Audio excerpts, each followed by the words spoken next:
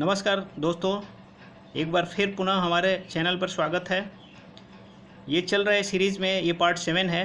Part 7 के video को हम लोग देखते हैं। देखने से पहले आप सभी मित्रों से हमारा अनुरोध है कि यदि आप हमारे चैनल को सब्सक्राइब नहीं किए हैं तो सब्सक्राइब करें, अपने दोस्तों में भी शेयर करें। और हमारे चैनल के डिस्क्रिप्शन बॉक्स में जब आप जाएंगे तो हमारे सारे वीडियो अवेलेबल हैं, आप उन सब वीडियो को देखिए। टोटल प्रश्न जो है एग्ज़ाम बेस्ड पे आधारित है। जो रूल 72 के अंतर्गत होने वाले एग्ज़ाम या 70 के अंतर्गत जो भी एग्ज़ाम होते हैं जो रिलेटेड हो, उससे संबंधित हमने सारे क्विज़ बनाए हैं। ये 50-50 है। ला आरपीएफ नाम से भी एक टाइटल होगा, वो जब आप प्लेलिस्ट में जाएंगे तो सारे वीडियो आपको अवेलेबल हैं। राजभाषा से भी वीडियो अवेलेबल है। ये मिक्स क्वेश्चनों का 50-50 का पार्ट चल रहा है। 6 पार्ट तक हमने अपलोड कर दिया है, ये 7 पार्ट से। चलिए क्वेश्चन को स्टार्ट करते हैं। प्रश्न संख्या 1 है, जब 5 व्यक्ति मिलकर लूट करें तो उन्हें आईपीसी की किस धारा के तहत दंडित किया जाएगा। दोस्तों, 5 व्यक्ति मिलकर लूट करें तो वो लूट नहीं रह जाता, वो डकैती की श्रेणी में चला जाता है। तो 5 व्यक्ति मिलकर लूट करें तो उन्हें आईपीसी की किस धारा के तहत दंडित किया जाएगा, तो 395 के तहत दंडित किया जाएगा। तो इसका राइट आंसर होगा 395, क्योंकि डकैती का भी दंड 395 में है। तो चूँकि 5 या 5 से अधिक व्यक्ति मिलकर लूट करते हैं तो डकैती की श्रेणी में आता है। तो इसका राइट आंसर हो जाएगा 395। अगला क्वेश्चन है, देखिए दूसरा प्रश्न है आपकी स्लाइड्स पे। किसी भी दशा में व्यक्तिगत आत्मरक्षा के अधिकार में उस चोट से अधिक चोट पहुंचाने का अधिकार नहीं होता जितना आत्मरक्षा के लिए कम से कम जरूरी है, आईपीसी की किस धारा में वर्णित है। साथियों, आत्मरक्षा का अधिकार हमें है, लेकिन आत्मरक्षा के अधिकार में ये नहीं है कि कोई हमारे ऊपर लाठी से प्रहार कर रहा है, गहरी चोट पहुंचाने की कोशिश कर रहा है या गहरी चोट पहुंचाने की हमें आशंका है, तो हमें उस चोट से अधिक चोट नहीं पहुंचाना है अपने सामने वाले किसी व्यक्ति के ऊपर जो हमारे ऊपर प्रहार कर रहा है, कि उस चोट से अधिक चोट हमें नहीं पहुंचाना है। उतना ही चोट हमें पहुंचाना है जितना अपने बचाव के लिए ज़रूरी है। ये नहीं कि कोई लाठी से प्रहार कर रहा है जिससे गहरी चोट लग सकती है हमें, और फिर हम उसे जो है पिस्टल निकाल के शूट कर दें, उसकी मृत्यु कारित करते हैं। ये आत्मरक्षा का अधिकार ये नहीं बताता है। तो 99 में कुछ प्रतिबंध बताए गए हैं कि उतने ही हम बल का प्रयोग करेंगे जितना हमें अपने बचाव के लिए ज़रूरी है। ये वर्णित है 99 में। आईपीसी की धारा 99 में कुछ प्रतिबंध बताए गए हैं। तो इस प्रश्न का राइट आंसर होगा 99। दोस्तों, तीसरा प्रश्न है आपके वीडियो स्क्रीन पर। ये देखिए, आईपीसी के अनुसार चोट कितने प्रकार के होते हैं। देखिए, आईपीसी का सेक्शन जब डीपली आप पढ़े होंगे तो चोट को परिभाषित किया गया, चोट कितने टाइप के होते हैं। तो आईपीसी की धारा 319 और 320 को आपने रीड किया होगा। 319 में साधारण चोट है और 320 में गहरी चोट है। तो चोट 2 प्रकार को डिफाइन किया गया, 2 टाइप के चोट हैं। अगले प्रश्न पे चलते हैं। प्रश्न संख्या 4, सदोष परिरोध के लिए दंड की व्यवस्था आईपीसी के किस धारा में की गई है। सदोष परिरोध, यदि किसी व्यक्ति की सदोष परिरोध कोई व्यक्ति द्वारा कर दिया जाता है तो उसके लिए दंड की व्यवस्था आईपीसी में किस धारा में है। तो ये सीरियली है, थोड़ा सा आप गेस करिएगा कि सदोष अवरोध 339 में है, सदोष परिरोध 340 में है, सदोष अवरोध के लिए दंड 341 में है और सदोष परिरोध के लिए दंड 342 में है। सदोष अवरोध और सदोष परिरोध को परिभाषित किया गया है सीरियल से 39-40। इसके बाद जैसे सीरियल है वैसे ही दंड का भी सीरियल है 341 और 342। यहाँ सदोष परिरोध के लिए दंड की व्यवस्था के बारे में पूछ रहा है, किस धारा में है। तो इसका राइट आंसर क्या हो जाएगा 342। 342 इज राइट आंसर 342। अगले प्रश्न पर चलते हैं। प्रश्न संख्या 5, किसी को गिरफ्तार करने के लिए आबद्ध लोक सेवक, कोई भी लोक सेवक हो, आरपीएफ का कोई बल अधिकारी भी हो सकते हैं, आरपीएफ के बल सदस्य भी हो सकते हैं, तो लोक सेवक गिरफ्तार करने का शासन लोप आईपीसी की किस धारा का अपराध है। जैसे किसी को डिपोर्ट किया जाता है कि आप उसको आबद्ध लोक सेवक होते हैं जो कानूनी रूप से बाध्य हैं कि किसी व्यक्ति को गिरफ्तार करना है, तो यदि उस चीज़ का लोप करते हैं, शासन लोप करते हैं, ये जानते हुए जानबूझकर लोप करते हैं कि हम इसे गिरफ्तार नहीं करेंगे, तो वो आईपीसी के किस धारा का अपराध करते हैं। तो 4 सेक्शन नीचे स्लाइड्स में दिए गए हैं, चारों ऑप्शन हैं 220, 217। इसे डिस्क्राइब नहीं करते हैं क्योंकि ज़्यादा लंबा वीडियो हो जाएगा, एग्ज़ाम भी बहुत नज़दीक है। तो दोस्तों 221 इसे रीड कर लीजिएगा, ये वेरी इंपॉर्टेंट है। हम भी लोक सेवक हैं तो लोक सेवक से संबंधित प्रश्न पूछे जा सकते हैं, इसलिए ये रिलेटेड है। 221 2 to 1 इज राइट आंसर। अगला प्रश्न है, प्रश्न संख्या 6 है, लोक सेवक के द्वारा किसी व्यक्ति को दंड से या किसी संपत्ति को संपरण से बचाने के लिए के आशय से विधि के निर्देशों की अवज्ञा अपराध है। जैसे मान लीजिए कि कोई लोक सेवक है, किसी व्यक्ति को दंड से बचाने और संपत्ति को संपरण से बचाने के आशय से विधि के निर्देश की अवज्ञा करता है, तो वहाँ पे कौन सा सेक्शन लग जाएगा? तो वहाँ पे सेक्शन 217 अप्लाई हो जाता है, 217 अप्लाई हो जाएगा। चलते हैं दोस्तों, उसी में पनिशमेंट भी है। अगला प्रश्न है, प्रश्न संख्या 7वां है, सैनिक सम्मेलन आरपीएफ नियम 1987 के किस नियम में है? सैनिक सम्मेलन के बारे में पूछ रहा है कि आरपीएफ नियम 1987 के किस नियम में है, तो किस नियम में है? तो 109 में सम्मेलन के बारे में बताया गया है। अगला प्रश्न है, 8वां प्रश्न, आरपीएफ में किस दिन को वर्दी दिवस कहते हैं? थोड़ा सा गेस करिएगा। वर्दी दिवस सोमवार, मंगलवार, बुधवार, बृहस्पति। अक्सर हम लोग कहते हैं कि आज सोमवार है, परेड डे है, तो वर्दी दिवस उसी को कहा जाता है, सोमवार को ही। मंडे यहाँ इंग्लिश में टाइप नहीं हो पाया, तो मंडे वर्दी दिवस है, यूनिफॉर्म डे इज मंडे। अगला प्रश्न है, प्रश्न संख्या 9, यदि नामांकित बल सदस्य की अपील सक्षम अधिकारी नामंजूर कर देता है तो आवेदन की प्रक्रिया नियम में है, आरपीएफ नियम में है, किस नियम में है आवेदन की प्रक्रिया? यदि नामांकित बल सदस्य की अपील सक्षम अधिकारी, जैसे सक्षम अधिकारी को हम अपील करते हैं तो जो भी अपील है सक्षम अधिकारी नामंजूर कर देते हैं, तो आवेदन की प्रक्रिया जो है अगली अपील किस में करेंगे? तो डिफाइन किया गया है किस रूल में? तो 219 में डिफाइन किया गया है। चलते हैं अगले प्रश्न पे। प्रश्न संख्या 10 है। प्रश्न संख्या 10 क्या कहता है कि आरपीएफ नियम 147 के अनुसार कर्तव्य पालन के दौरान यदि कोई कायरता का दोषी होता है तो उसे आरपीएफ एक्ट की किस धारा के तहत दंडित किया जाता है? कायरता का दोषी होना ये संबंधित है हमसे ही। कायरता का दोषी का मतलब यदि हम ड्यूटी पे हैं, कोई अनलीगल कार्य कर रहा है, कोई ऐसा अपराध कर रहा है जिसको हम पकड़ने के लिए सक्षम हैं, उसे पकड़ सकते हैं, उसे मना करते हैं, मतलब कानूनन हम बाध्य भी हैं उस कार्य को, सार्वजनिक संपत्ति की कोई रक्षा ही करनी है, ये मूल कर्तव्य है, चाहे आम नागरिक हो चाहे कोई भी हो। लेकिन ये रिलेटेड है आरपीएफ से, चूँकि हम अपने कर्तव्य का पालन के दौरान कायर बन जाते हैं। कोई भी संपत्ति की सूरत से कोई चोरी कर रहा है, उसे मना नहीं करते हैं, उसे पकड़ते नहीं हैं, हम भाग जाते हैं, ऐसे कई कंडीशन है, तो कायरता का दोषी माना जाएगा। तो यदि हम कायरता के दोषी होते हैं तो आरपीएफ एक्ट के किस धारा के तहत दंडित किए जाएंगे? तो 9 और इसमें 17 में 9 और 17 में बताया गया है, तो इसका राइट आंसर होगा 9 अथवा 17। 17 में पनिशमेंट के बारे में, 9 में भी पनिशमेंट के बारे में बताया गया, तो इसका राइट आंसर 9 और 17। चलिए अगले प्रश्न पे चलते हैं। प्रश्न संख्या 11 है, रेलवे एक्ट की धारा 181 के अंतर्गत, रेलवे एक्ट की धारा है ये 181 के अंतर्गत इस अधिनियम के तहत क्षेत्राधिकार रखने वाले मजिस्ट्रेट का जिक्र है। क्षेत्राधिकार रखने वाले मजिस्ट्रेट के बारे में बताया कि रेलवे एक्ट के अंतर्गत जो भी विचारण होगा, क्षेत्राधिकार रखने वाले कौन से मजिस्ट्रेट हो सकते हैं? मेट्रोपॉलिटन मजिस्ट्रेट हो सकते हैं, अर्थात महानगरीय मजिस्ट्रेट हो सकते हैं, कि फर्स्ट क्लास प्रथम श्रेणी मजिस्ट्रेट, या सेकंड क्लास मजिस्ट्रेट द्वितीय श्रेणी मजिस्ट्रेट ए एंड बी। तो कौन क्षेत्राधिकार रख सकते हैं, रेलवे एक्ट का विचारण कौन कर सकता है, उसी के बारे में इस सेक्शन में बताया गया है। तो ए एंड बी अर्थात मेट्रोपॉलिटन महानगर मजिस्ट्रेट और first class magistrate, second class magistrate को पावर नहीं है। चलते हैं अगले प्रश्न पे। प्रश्न संख्या 12 है, कोई भी न्यायालय रेलवे एक्ट की धारा 179 के सब सेक्शन 2 में वर्णित अपराध का संज्ञान तब तक नहीं लेगा जब तक शिकायत प्रस्तुत न की जाए।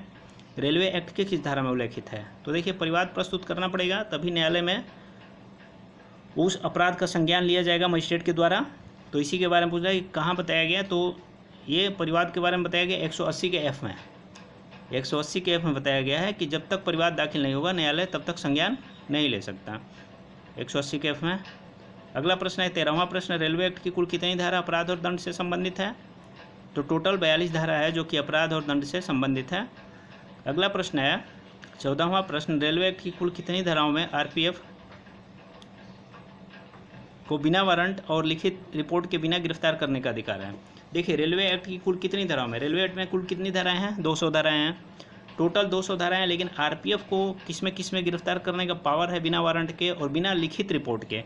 कुछ धाराएं हैं जिसमें लिखित रिपोर्ट के साथ गिरफ्तार करना पड़ता है, जैसे 137 है, 138 है, ये सब हैं। जैसे लगभग 10 धाराएं ऐसी हैं जिसमें कि लिखित रिपोर्ट, लिखित मेमो प्राप्त होगा तभी हम गिरफ्तार कर सकते हैं, अन्यथा नहीं गिरफ्तार कर सकते हैं।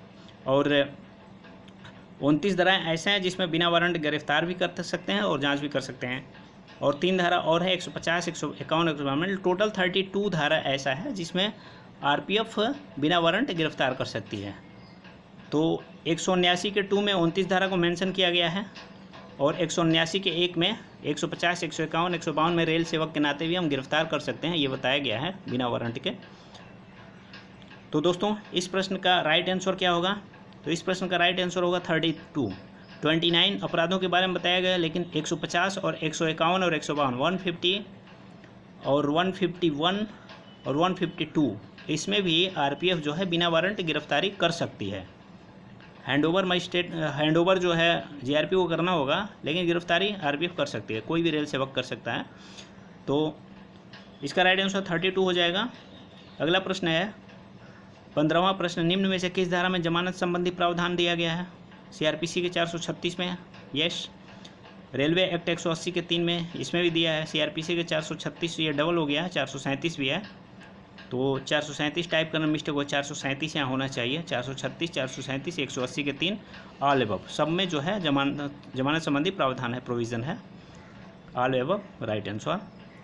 अगला प्रश्न है 16वां प्रश्न, निम्न में से आईपीसी की कौन सी धारा है जिसमें प्रयास व अपराध का होना एक ही धारा में दंडनीय है? आईपीसी की इसमें से कौन सी धारा है जिसमें प्रयास और अपराध दोनों के बारे में दंडनीय बताया गया, कि जहां प्रयास भी और अपराध का होना भी दोनों का दंड एक ही धारा में है, तो वो सेक्शन 307 है। अगला प्रश्न है 17वां प्रश्न, निम्न में से आईपीसी की कौन सी धारा है जिसमें प्रयास व अपराध का होना एक ही धारा में दंडनीय है? तो कौन सी धारा है? तो कौन सी धारा होगी?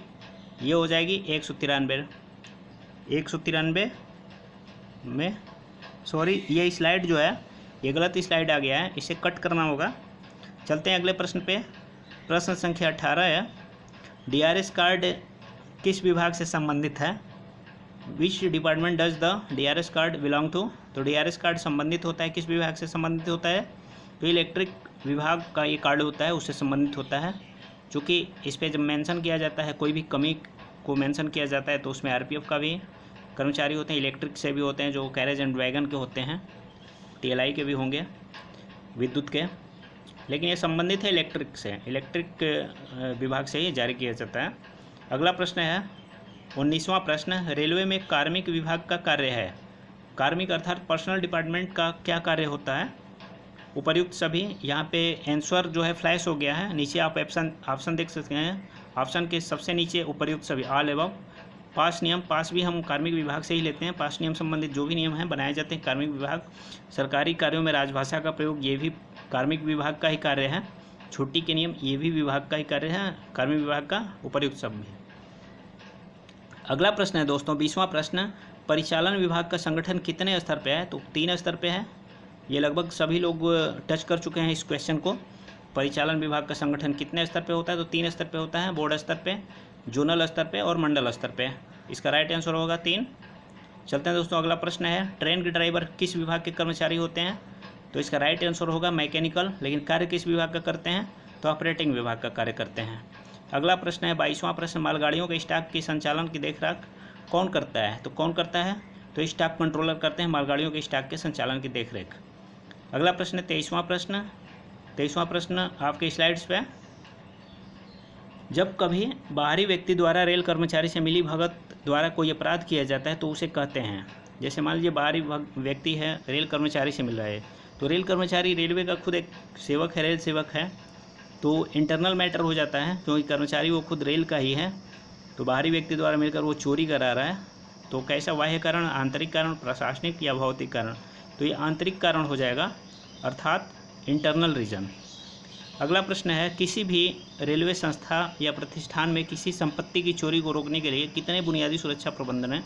तो बुनियादी सुरक्षा प्रबंधन को 2 स्तर पर रखा गया है, इसको 2 टाइप में बांटा गया है। तो कौन कौन से 2 टाइप के होते हैं? एक प्रक्रियात्मक विधि हो जाती है जिसमें प्रक्रिया होती है, एक निर्माणात्मक। जैसे कोई कारखाना है, कोई वर्कशॉप है, तो चारों ओर बाउंड्री होनी चाहिए, बिजली की व्यवस्था होनी चाहिए ताकि उचित प्रकाश हो, ताकि कोई चोरी न करने पाए। गेट पे प्रॉपर आरपीएफ के द्वारा चेक इन होनी चाहिए। ये जो हो गया प्रक्रियात्मक विधि हो गया, प्रक्रियात्मक हो गया, क्योंकि हम प्रक्रिया में निभाते हैं, इसे हम वर्क करते हैं, जैसे चेक इन हम करेंगे। लेकिन निर्माणात्मक जो होता है, जैसे निर्माण होता है उसमें निर्माणात्मक प्रक्रिया होती है, जैसे बाउंड्री वॉल कर देना, ये सब है। बिजली की प्रॉपर व्यवस्था होनी चाहिए चोरी को रोकने के लिए। तो 2 टाइप के होते हैं। ये 25वां प्रश्न है, दुर्गम इलाकों में 2 वर्षों के लिए ही तैनाती की जाएगी, आरपीएफ नियम में उल्लेखित है। तो ये 93 में उल्लेखित है। कुछ सामान्य शर्त हैं इसमें। 93 में बताया गया है कि दुर्गम इलाका जो भी है, सेंसिटिव एरिया है, तो वहाँ पे 2 वर्षों के लिए तैनात कुछ कैटेगराइज किया गया है। तो वहाँ पे 2 वर्षों के लिए, जैसे जम्मू कश्मीर में वैली है, वहाँ 2 वर्षों की तैनाती होती है। इस तरह से कई स्टेशन, कई डिवीज़न ऐसे कुछ हैं, जैसे कि वहाँ पे, जैसे इधर ECR में आप जाएंगे तो झाझा की पोस्टिंग, झाझा भी पोस्टिंग की जाती है, तो 2 साल के लिए की जाती है।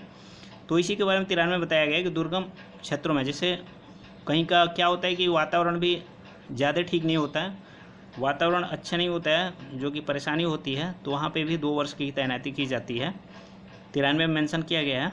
26वां प्रश्न है, कांस्टेबल और अवर अधिकारियों की बाबत गोपनीय रिपोर्ट का फॉर्मेट किसके द्वारा तैयार किया जाएगा? तो फॉर्मेट जो है DG महोदय द्वारा ही तैयार किया जाएगा। रेलगाड़ी के संचार साधनों में अनावश्यक रूप से यदि कोई छेड़छाड़ करता है तो वह दोषी है। तो दोषी है, किस सेक्शन का दोषी होगा? तो 141 का। ये इजी क्वेश्चन था। 29वां प्रश्न पे चलते हैं। रेलवे एक्ट की धारा 141 में द्वितीय अपराध के लिए कारावास की अवधि से कम नहीं होगी। तो द्वितीय अपराध के लिए 3 मंथ के कारावास से कम नहीं होगा। कोई भी द्वितीय अपराध करता है, रेलगाड़ी में कोई जंजीर खींचता है, तो 141 रेलवे एक्ट की धारा का अपराध करता है। तो अगर सेकंड ऑफेंस होगा तो 3 मंथ से कम की सज़ा नहीं होगी उससे। 30वां प्रश्न है, रेलवे एक्ट की धारा 41 में क्या वर्णित है? तो सबूत का भार वर्णित है रेलवे एक्ट की धारा 41 में।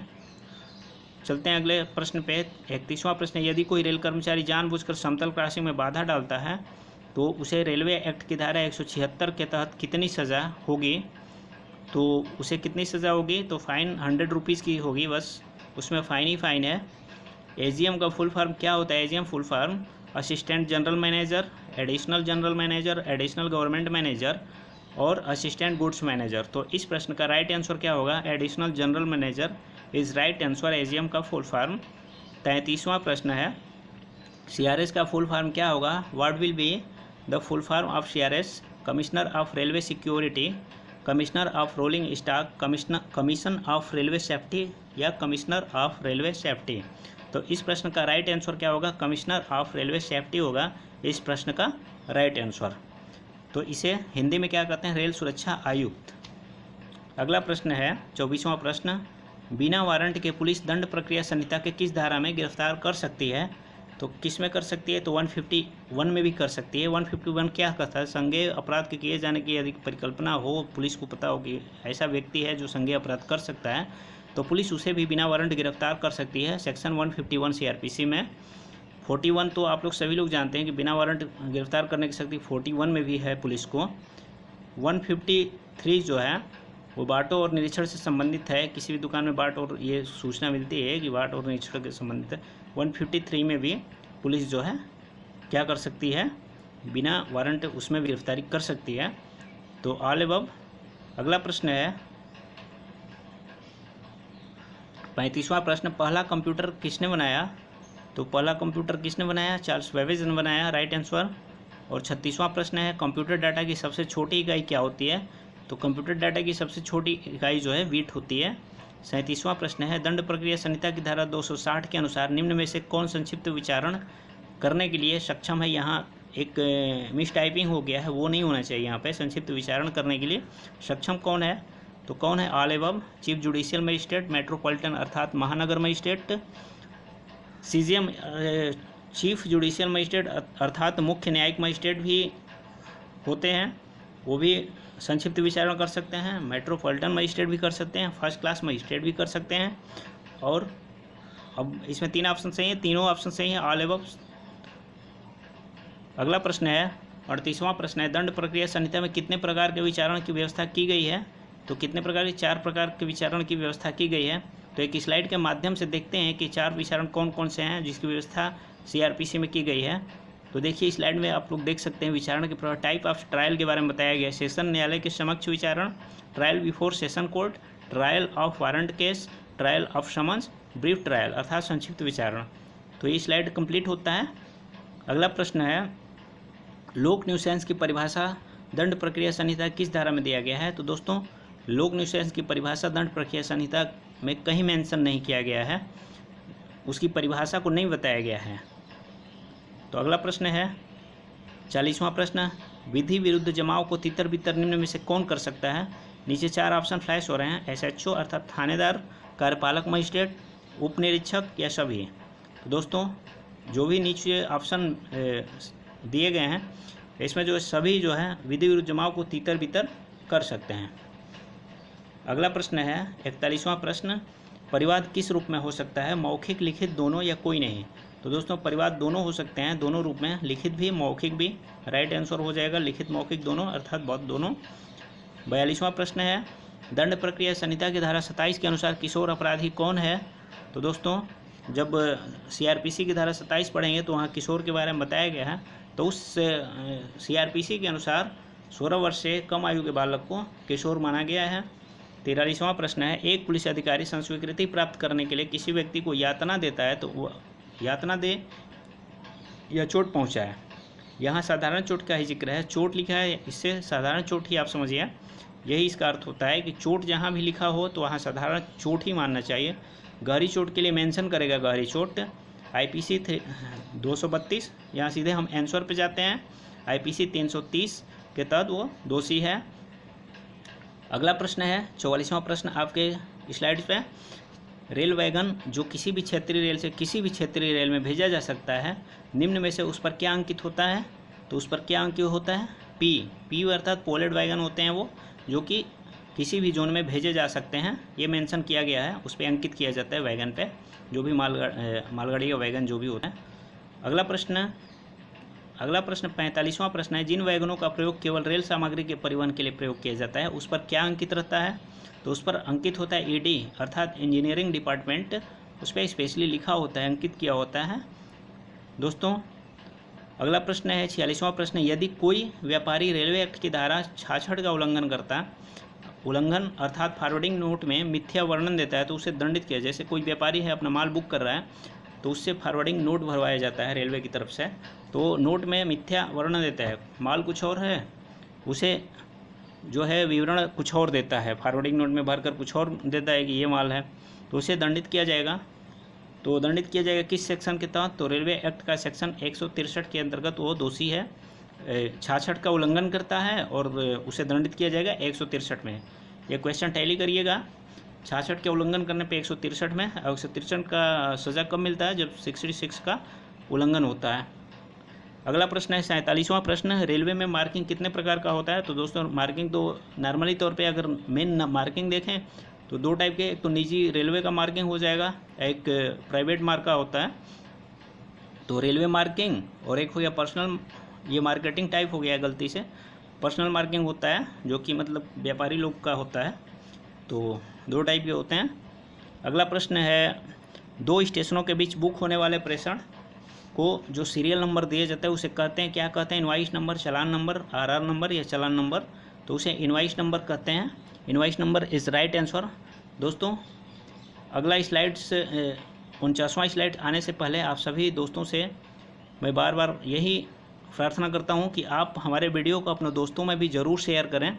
ये ना सोचें कि सिर्फ हम देख लेंगे तो कम्प्लीटली मतलब कि मेरी तैयारी हो जाएगी, शेयर भी करेंगे, अपने दोस्तों को भी हेल्प करेंगे, तो शेयर ज़रूर करें। और यदि वीडियो हमारा पसंद आए तो उसे लाइक करें, और चैनल पे यदि नए हैं तो हमारे चैनल को सब्सक्राइब करें यदि सब्सक्राइब नहीं किए हैं तो।